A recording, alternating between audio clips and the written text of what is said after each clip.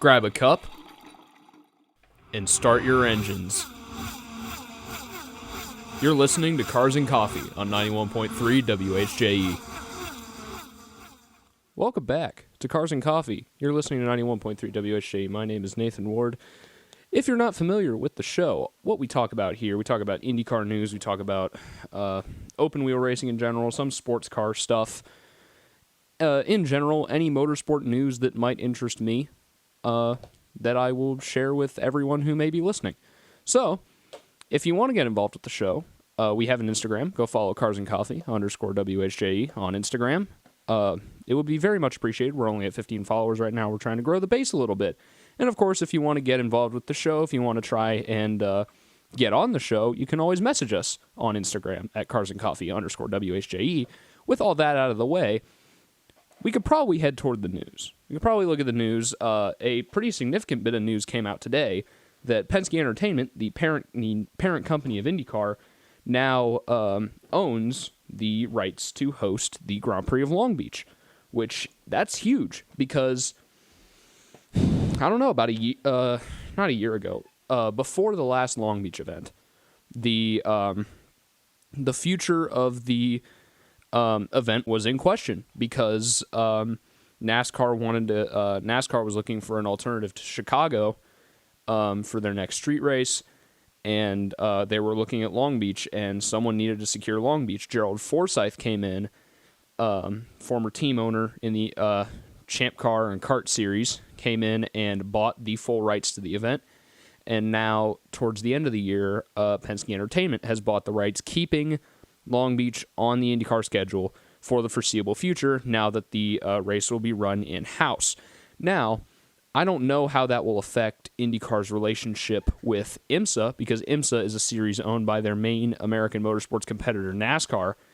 IMSA has a companion race weekend at Long Beach the weekend that IndyCar's there. So I'd really love to see Indy Next go there, because Indy Next has a gap in their schedule from St. Pete to Barber that's like 9 weeks.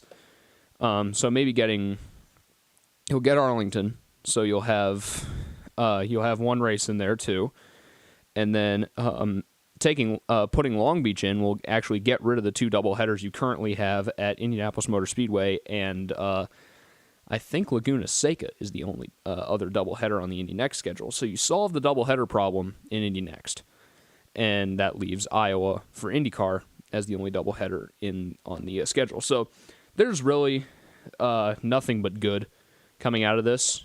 A lot of people were reporting that the offer to buy the Grand Prix of Long Beach got turned down earlier in the week by such air quote journalists as Tony Donahue on Twitter.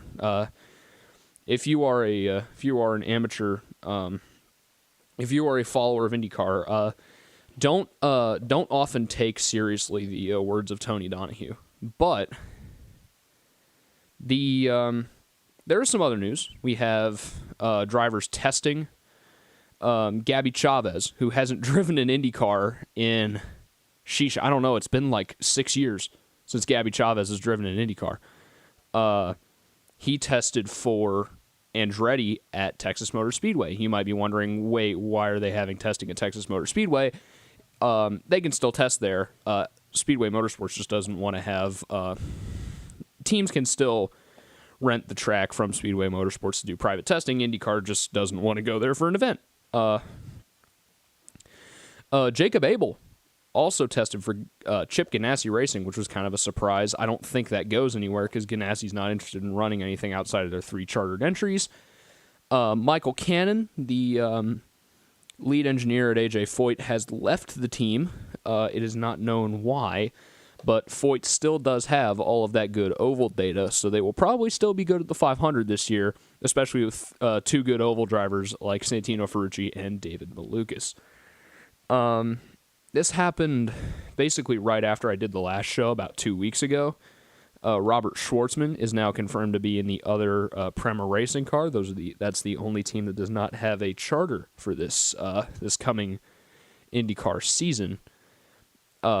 We do not know what number he or Callum Ilott will be driving at this point in the off season. There's a test at the Thermal Club coming up probably in a couple weeks. I don't remember the exact date, but it will feature names like Felipe Nasr, who last tested an IndyCar in 2020. He was going to do a couple races with Carlin, but COVID meant that, one, he couldn't come over to America, and two, Carlin did not have the funding to run that second car. Hunter McElroy will be driving the number 20 for Ed Carpenter Racing. He announced on his Instagram a couple days ago. And Logan Sargent will be freshly fired from Williams. Williams F1 will be driving one of the... he will actually be driving Elio's car, the Meyer Shank 06. I doubt that goes anywhere because, once again, charters, unless there's a fourth Meyer Shank car that just comes up out of nowhere for Logan Sargent to do the 500, which, that's more cars for the 500. I'm fine with that. That's really a lot. That's it for IndyCar news. But the back to the Long Beach bit, it's good for security. It's really good now because earlier in the week, people had been reporting that Long Beach could be dropped from the schedule within the next couple years or whenever the contract runs out. That has not come to fruition. It's good that, despite declining TV ratings, like it only got 200,000 viewers, which is absolutely awful, because you bumped the race to cable. Horrible idea. We'll never forgive you for that, NBC, but hopefully all races on network. Hopefully that means that Long Beach gets strong ratings this year. It always has a good crowd, so really bright future for Long Beach. For Gabby Chavez, great to see him get back into a car. I don't think that materializes because, once again, charters. Maybe that materializes for the 500. We're not really sure if Marco Andretti is just going to hang up the helmet. He recently had a kid. We don't know how that's affected his, not his ability to drive, but his willingness to continue racing. That may open the 500 only Andretti car for a driver like Gabby Chavez, which would be awesome because Gabby Chavez hasn't driven an Indy car in 6 years.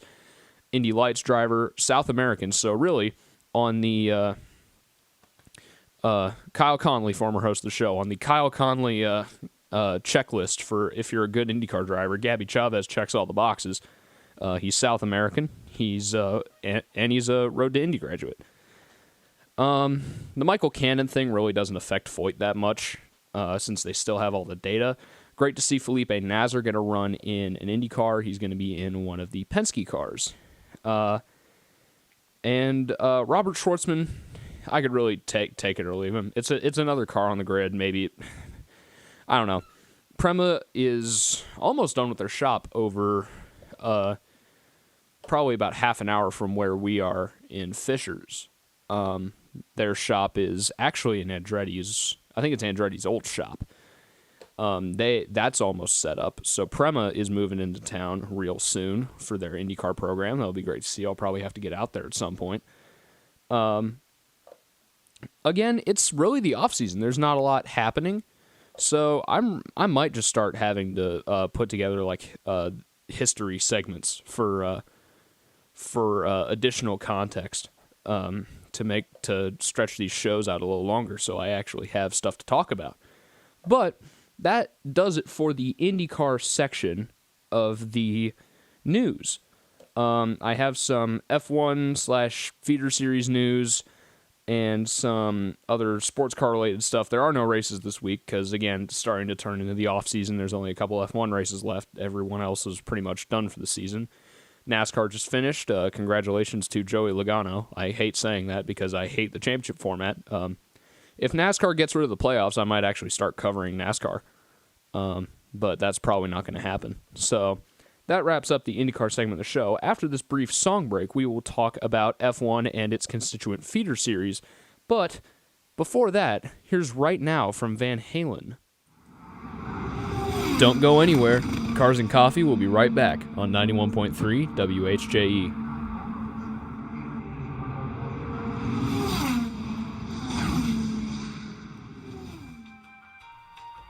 Hi, if you're listening to this right now, that means you're listening to the YouTube version of the show. I just want to say thank you for listening and make sure to subscribe so you never miss another show and more highlights from the TWYR channel. Now, let's get back to the show. Hello. Well, I guess the drummer had one last thing to say, but welcome back to Cars and Coffee here on 91.3 WHJ. We have some sports car news and other assorted items that I would like to talk about, starting with 3 bits of F1 news. Something that was already basically confirmed, Alpine will be switching from the in-house built Renault to the Mercedes power unit in 2026. And an interesting bit from Liberty Media, all 2025 F1 car launches will take place at a single event in London. I don't mind this choice, mainly because I don't have to keep track of who's revealed their car yet. They just do it all at the same time, but it makes it easier for me. Makes it easier for me to, basically for everyone to tell the difference. I mean, you don't have time for, for these, I don't know, what am I saying? For these teams that reveal earlier, you have these internet sleuths that take more time to reveal the secrets of the build of their car. You now, with this single event in London, you have an instant comparison. I think that'll be cool. I think that'll be a massive event. I hope that it goes well. I'm not the biggest fan of F1. I don't really follow it. It's just kind of weaseling its way into politics, and that's where I kind of get turned off from forms of motorsport.